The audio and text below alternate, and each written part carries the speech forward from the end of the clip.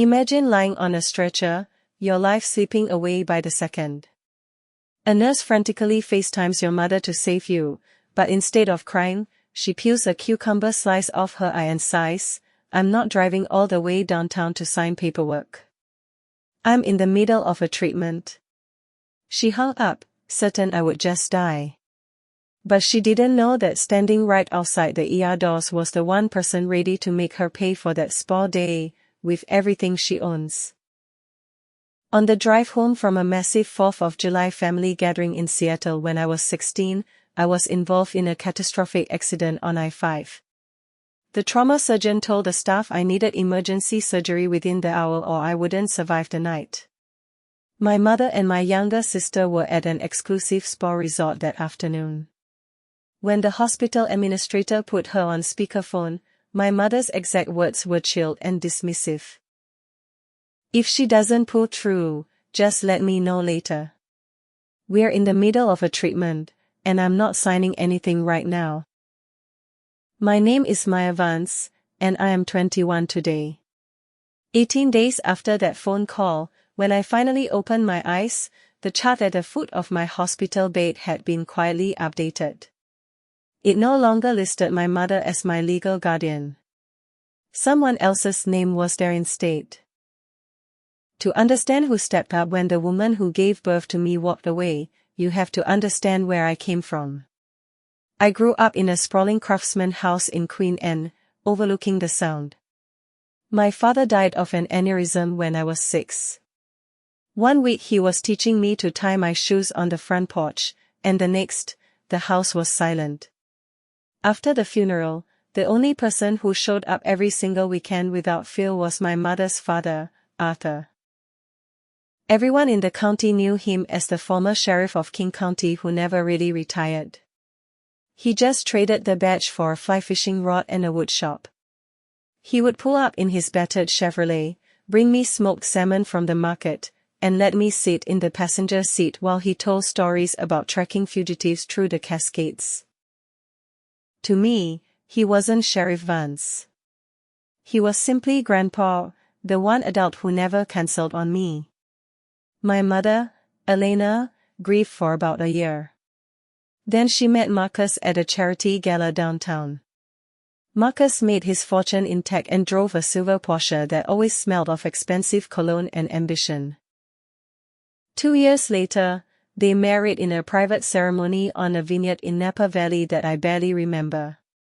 9 months after that, Chloe arrived, blonde, demanding, and instantly the center of the orbit. Suddenly, the house had a nursery, a live-in nanny, and a new hierarchy. My bedroom was moved to the finished basement so Chloe could have the master suite with the bay window. My debate trophies disappeared into storage bins. My mother started introducing me to her friends as my eldest, rather than by my name, as if I were a footnote in someone else's biography. By the time I turned 14, I was effectively invisible. Marcus paid for my existence, but he never looked me in the eye unless I was blocking the television. Chloe received a new wardrobe every season. I wore hand-me-downs from cousins I rarely saw. The only place I felt like I actually existed was Grandpa's cabin in Snohomish, 40 minutes north of the city. He kept my old mountain bike in his shed, kept the freezer stocked with Rocky Road ice cream, and never once asked why I spent every waking moment of my weekends there. The holiday weekend when I was 16 was supposed to be different. Grandpa threw his annual summer barbecue. 3 long picnic tables under the Douglas firs, cedar plank salmon, potato salad, and pitchers of iced tea. Relatives I hadn't seen in years flew in. There was bluegrass music playing, kids sprinting through the sprinklers, and the scent of wood smoke in the air. I wore a pale blue sundress Grandpa had bought me the month before because he said it matched the summer sky. For a few hours, it almost felt like the old days, like I still had a place in this family. Then I overheard my mother on her phone near the dessert table. She was laughing, telling a friend that she and Chloe had booked a mother-daughter wellness retreat for the next morning. Facials, hot stone massages, the full itinerary. And after that, they were flying to Maui for a week, just the three of them, her, Marcus, and Chloe. My name never came up. I stood there holding a paper plate of berry cobbler, feeling the cold seep into my bones. I told Grandpa I had a migraine and needed to head home early. He tried to convince me to stay, looking at me with those sharp, knowing eyes, but I just wanted to escape. He handed me the keys to the 1998 Toyota 4Runner he'd helped me buy with my tutoring money. Drive careful, kiddo. Call me when you get in. I promised I would. It was already dusk when I hit the interstate, heading south. A storm rolled in off the Pacific fast, the way it does in the northwest, sky turning the color of a bruised plum, rain coming down in blinding sheets. The windshield wipers were thrashing at full speed and losing the battle. Traffic slowed to a crawl.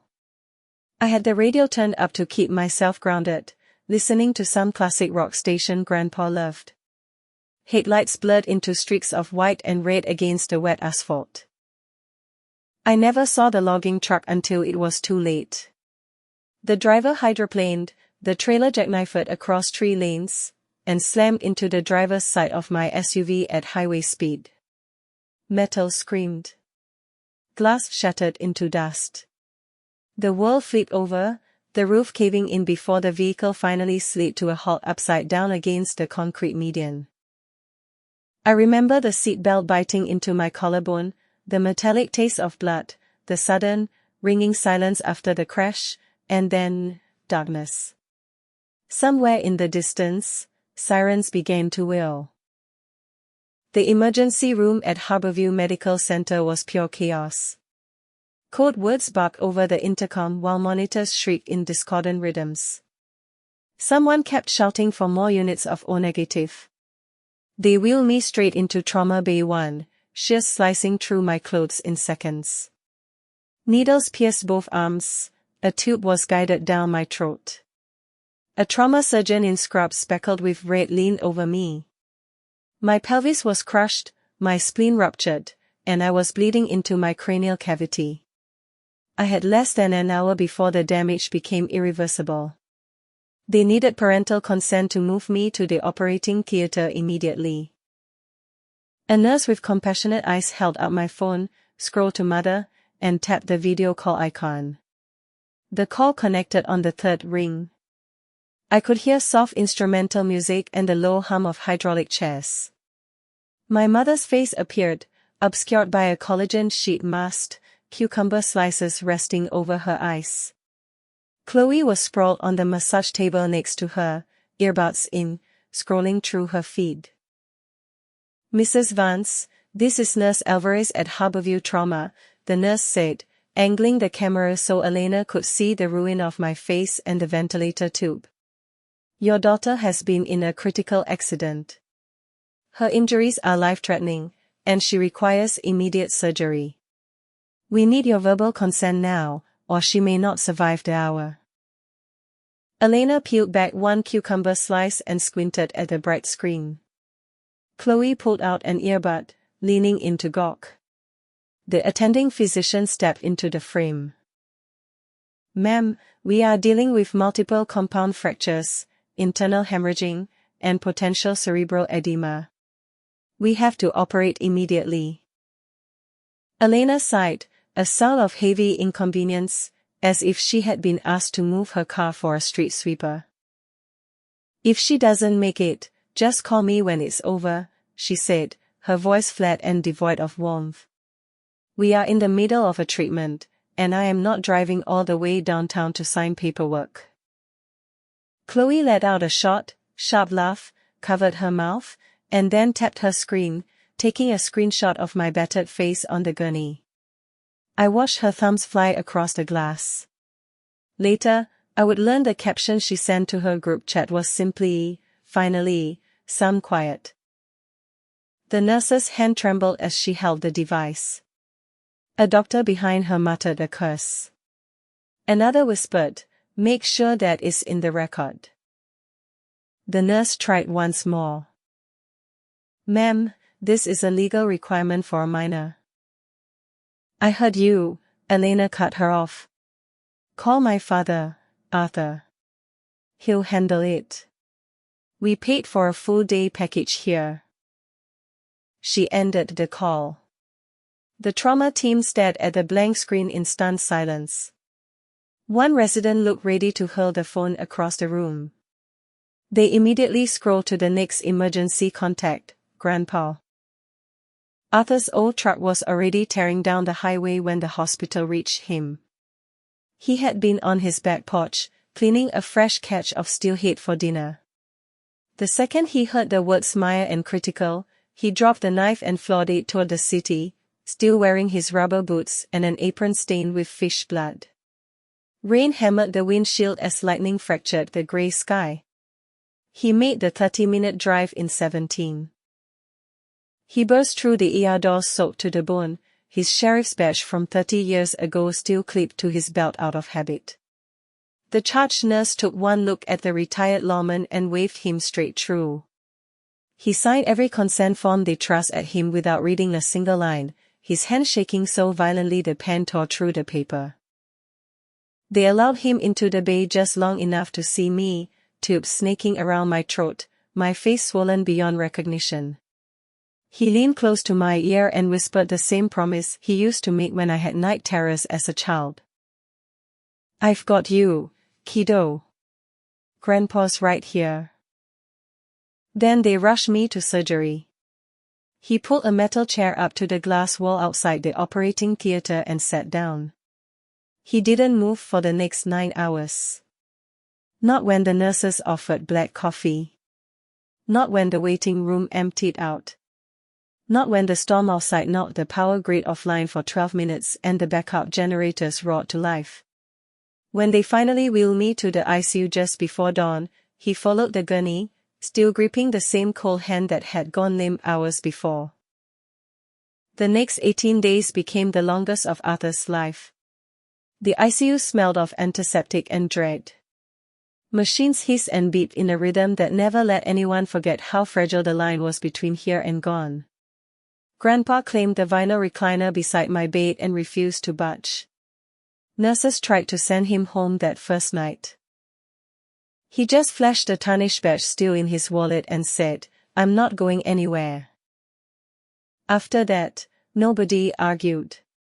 He slept in 30-minute bursts, head tipped back, mouth slightly open, boots still laced tight. When he woke, he talked to me incessantly, keeping his voice low so the monitors wouldn't drown him out. He told me about the night I was born, how he held me first because my mother claimed she was too exhausted. He retold the story of the summer I turned 8, when we hooked a massive king salmon off the pier at Edmonds, how I screamed and refused to hand over the rod until I had reeled the beast in myself. He read aloud from a dog-eared paperback of The Call of the Wild that he kept in his glove box, doing distinct voices for every character. Some evenings, he simply hummed an old folk song his own mother used to sing, a low, rumbling melody that had been the soundtrack to every nap I'd ever taken on his couch. Doctors drifted in and out like ghosts. One morning, the neurologist noted that the cranial pressure had subsided.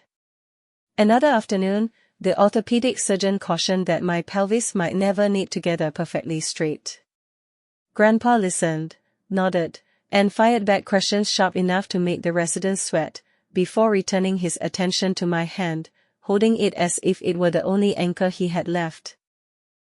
On day 16, the monitors finally signaled a truce. My blood pressure stabilized. The ventilator settings were dialed back. A nurse caught Arthur smiling for the first time in 2 weeks. That same afternoon, while he leaned close to whisper that the silvers were running in the river and we'd go casting the minute I was mobile, a tall man in a charcoal suit appeared at the glass sliding door. Mr. Miller had been a prosecutor who worked cases with Grandpa 25 years ago. They still met for coffee and cards once a month. Grandpa looked up, saw the manila envelope in Miller's hand, and gave a single, slow nod. No words were necessary.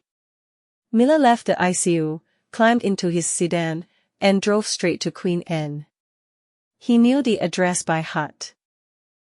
Elena and Chloe were in the grand entryway, surrounded by a fortress of monogrammed luggage. 2 matching rose gold suitcases stood by the door, tags already attached for a 10-day luxury cruise through the Mediterranean, departing from a private terminal the next morning. Marcus was upstairs on a conference call. Chloe was filming herself modeling a new resort dress, spinning in circles for her followers. Elena was double-checking their passports when the doorbell rang. Miller introduced himself, extended the thick envelope, and waited while Elena tore it open. Inside were 2 distinct legal filings, an emergency petition to strip parental rights due to gross medical neglect, and a civil suit filed on behalf of the minor for extraordinary life-saving expenses, plus damages for pain and suffering. Both documents named Elena Vance Reed, and because Chloe was 14 and had actively participated in the refusal of care, she was named as well. Elena's face went chalk white beneath her bronzer. Chloe stopped recording mid-spin. "You have 72 hours to respond," Miller said, his voice devoid of emotion. "After that, the judge has already granted a motion for an emergency hearing." Elena began to shriek about attorneys and misunderstandings, and how dare anyone question her devotion as a mother. Chloe burst into theatrical tears, claiming she didn't mean anything by the text messages. Miller simply turned on his heel and walked back to his car. Inside the house, Elena slid down the wall, clutching the paperwork, mascara running in dark rivets down her cheeks. Chloe continued to scream that this was going to ruin her vacation. Marcus came downstairs, took one look at the legal Hades, and his face drained of color. Back at the hospital, Grandpa never mentioned the visitor. He just kept holding my hand, humming that same old melody, waiting for the moment the darkness would lift. 2 days later, I opened my eyes. The world was a blur of pain. My mouth tasted of metal and stale plastic.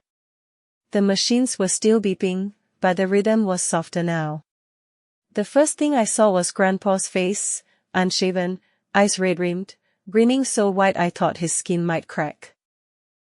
"Hey, kiddo," he whispered, his voice fracturing. "Welcome back." I tried to speak, but nothing came out except a dry rasp. He pressed the nurse call button, then lifted the dry erase board at the foot of the bed so I could see it. Written in black marker, in block letters, were 4 words: Legal Guardian, Arthur Vance. I stared until the ink blurred. Tears rolled sideways into my ears.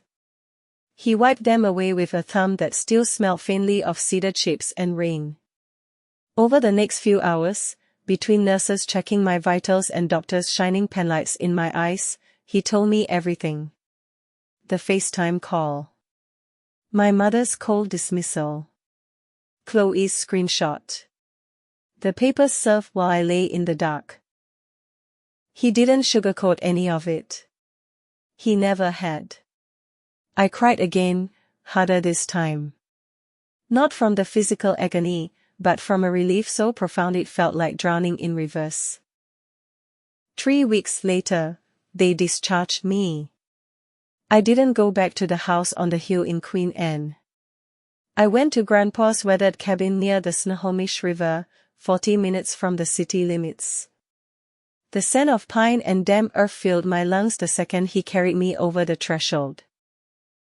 My new bedroom had formerly been his fly-tying room.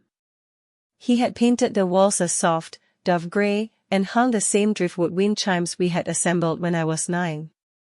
From the window, I could see the Snohomish River moving steadily toward the sound, dark and endless. Physical therapy began the following Monday.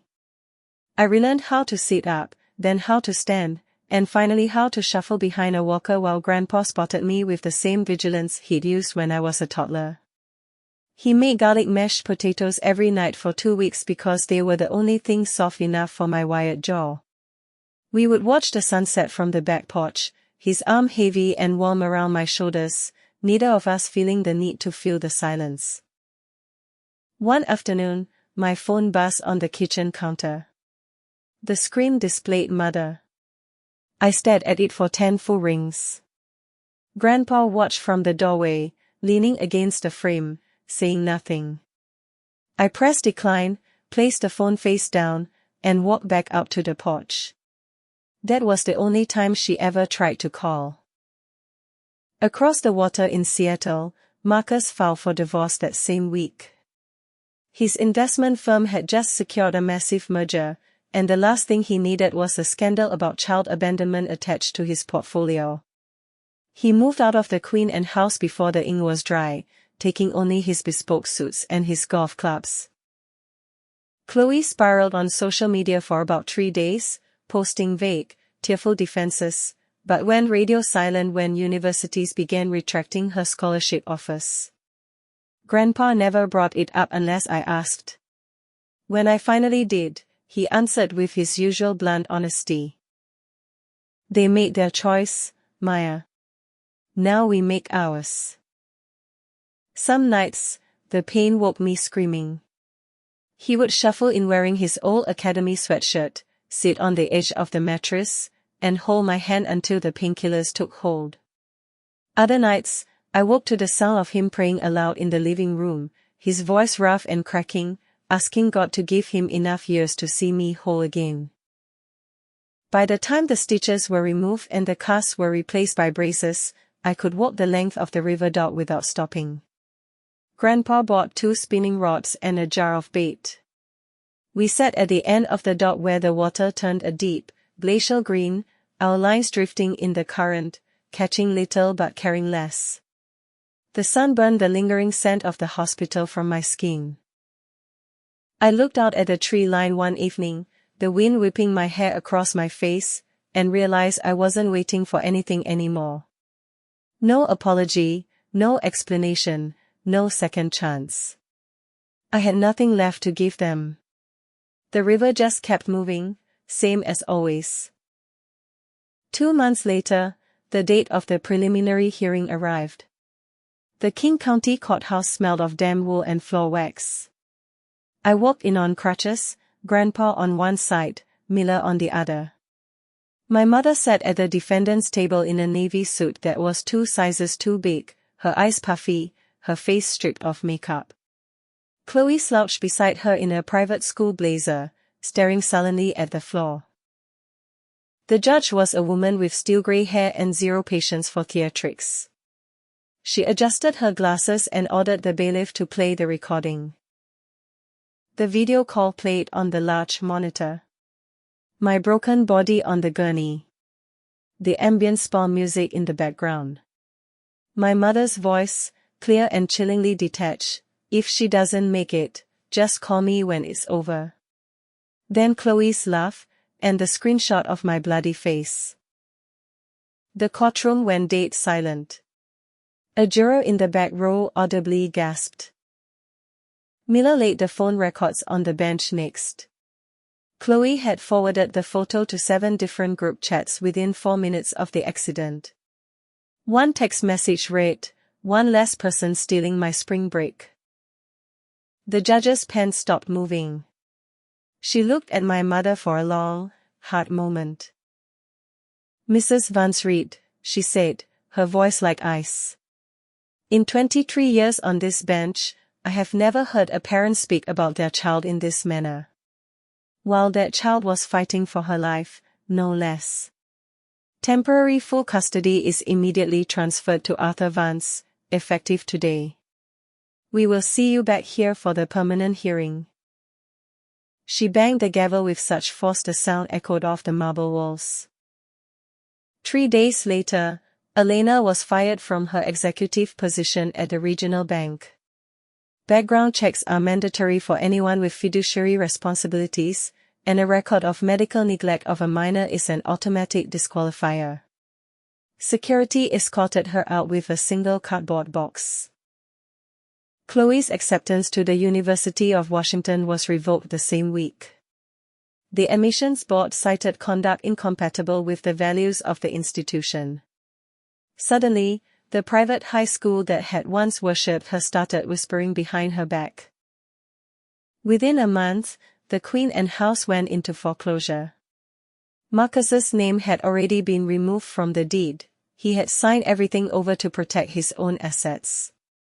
Mother and daughter moved into a cramped two-bedroom apartment off Aurora Avenue, the kind with peeling paint and a broken intercom. Chloe lost her car. Elena took a graveyard shift stocking shelves at a discount grocery store to make rent.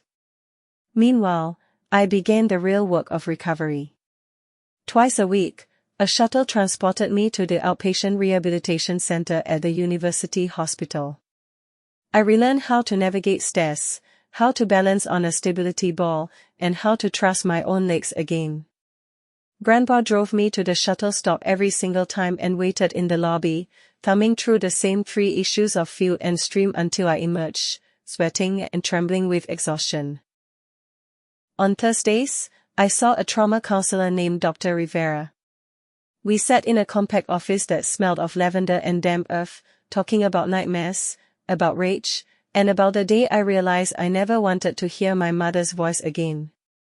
Grandpa waited in the truck, windows rolled down, a classic rock station humming low, never once complaining about the weight or the humidity.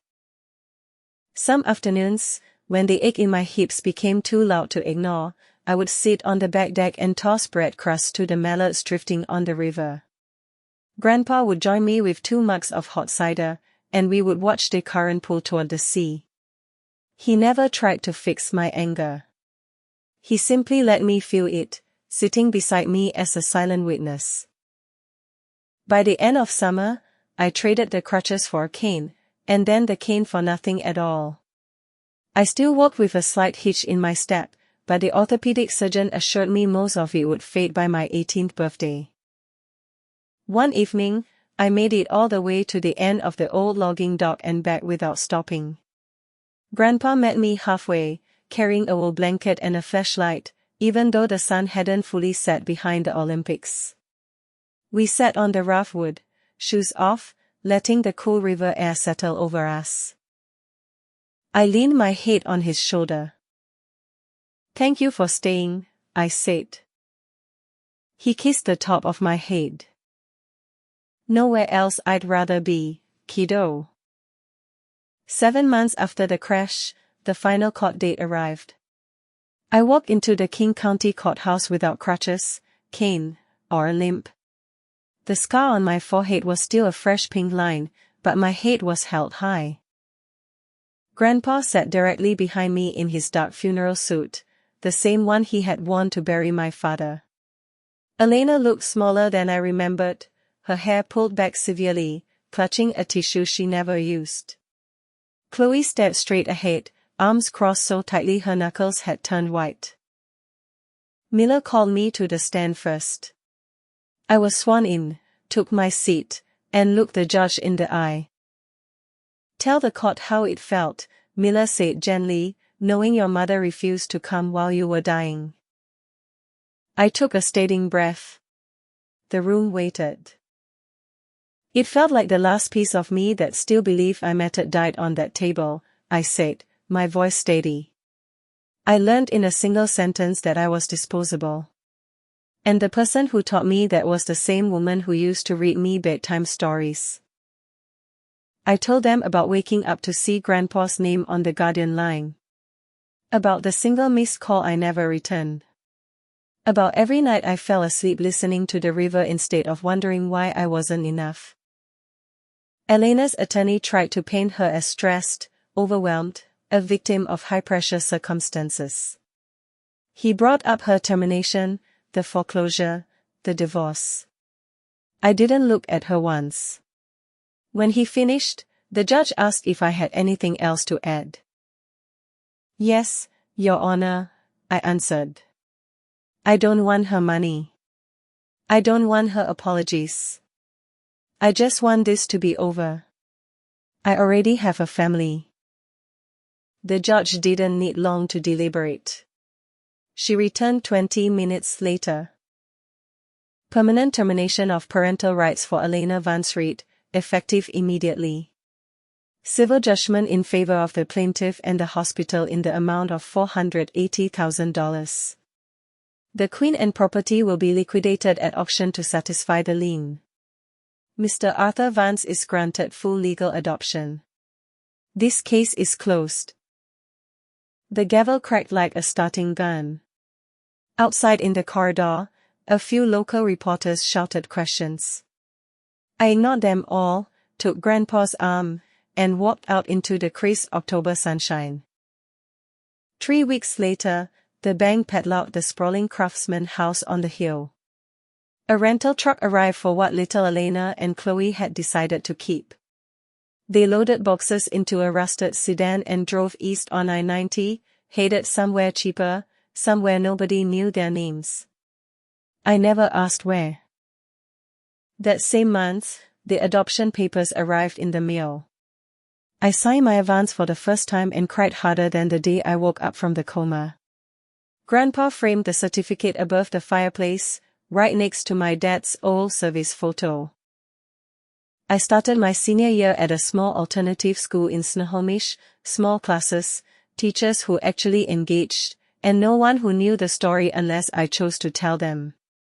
I made the honor roll every quarter and was accepted early decision to the University of Washington, close enough to come home on weekends if I wanted. Graduation day was warm and windy. I wore a purple cap and gown.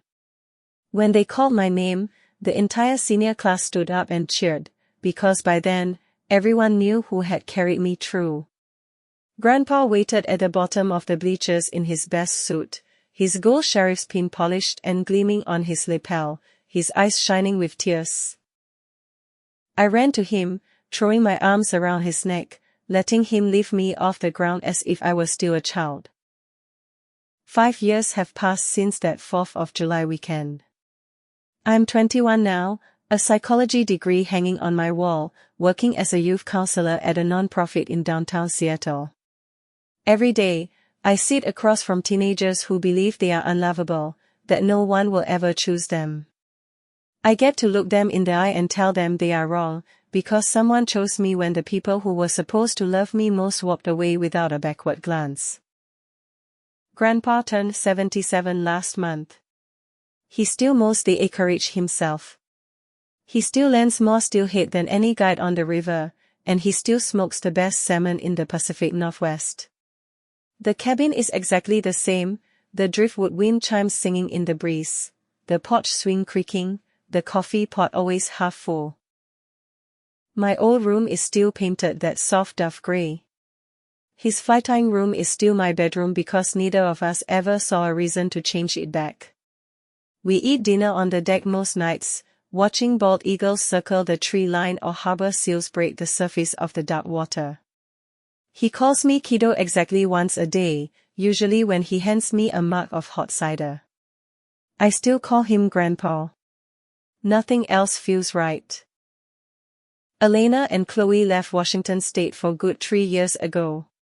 Last I heard, they were somewhere in Nevada, living in a rental unit under different surnames. I never searched for them. They never searched for me.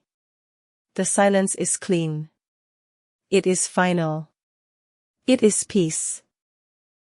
Some people ask if I am angry. I'm not. Anger requires energy that I decided to spend on living instead. Some ask if I forgive them. Forgiveness isn't mine to give freely, it is theirs to earn, and they never tried. I am simply done. What I do carry is a gratitude so deep it still catches me off guard. Gratitude for the man who slept in a vinyl recliner for 18 nights. For the retired sheriff who never missed a single therapy appointment. For the grandfather who turned his rustic cabin into a sanctuary and his hut into a harbor. Family isn't defined by the people who share your DNA. Family is the person who stays when your blood runs cold on an operating table. Family is the one who signs the papers, holds your hand, and never once makes you feel like a burden. If you are reading this and you are scared that you don't have that person, look harder. They are out there. Sometimes they are the grandparent you didn't expect to meet. Sometimes they are the friend, the teacher, or the neighbor who refuses to leave. And when you find them, hold on tight. Because real family isn't born. It is chosen, every single day. Especially on the days when choosing you cost them everything. That is the only truth I know for sure. And that is my story.